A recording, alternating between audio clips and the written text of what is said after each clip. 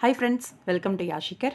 கொஞ்ச நேரத்துக்கு முன்னாடி ஜீ தமிழ் அவங்களோட அஃபிஷியலான இன்ஸ்டாகிராம் பேஜில் ஒரு பதிவு ஷேர் பண்ணியிருந்தாங்க. என்னென்னா, ஒரு பிக் அப்டேட் வந்து வரப்போகுது, பிக் அனௌன்ஸ்மெண்ட் இன்னைக்கு ஈவினிங் 6:00 அப்படின்னு சொல்லி ஷேர் பண்ணியிருந்தாங்க.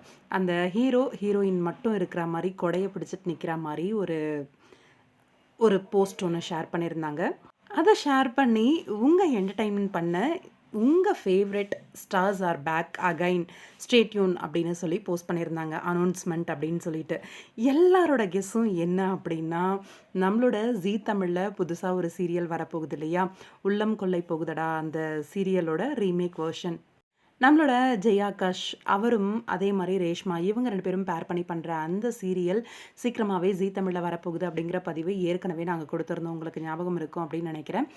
அந்த சீரியலோட ப்ரமோ தான் வரப்போகுது அப்படிங்கிற மாதிரி ரசிகர்கள்லாம் ஓவர் எக்ஸைட்மெண்ட்டில் இருந்துகிட்ருக்காங்க. ஏன்னா ஆல்ரெடி நம்ம ரேஷ்மாவும் வந்து ஜீ தமிழில் வந்து ஒரு சீரியல் பண்ணியிருக்காங்க, பூவை பூச்சிடவா அப்படின்னு சொல்லிட்டு.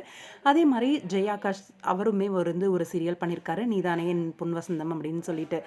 நம்ம ஜீ தமிழில் ஆல்ரெடி நடித்த நடிகர்களோட புது சீரியல் அப்படிங்கிறது அந்த அப்டேட்டை பார்க்கும்போதே நல்லாவே தெரிஞ்சிருச்சு.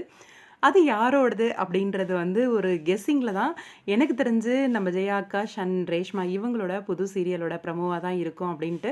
அந்த ஒரு பிக் அனௌன்ஸ்மெண்ட் தான் இன்னைக்கு ஈவினிங் 6:00 வந்து வரப்போகுது அப்படின்னு நினைக்கிறேன். பார்க்கலாம், வெயிட் பண்ணி கரெக்டாக கெஸ் பண்ணியிருக்கோமா அப்படின்னு சொல்லிட்டு. உங்களோட கருத்து என்ன அப்படின்னு கமெண்ட் பாக்ஸில் மறக்காமல் கமெண்ட் பண்ணுங்கள். என்னவா இருக்கும்?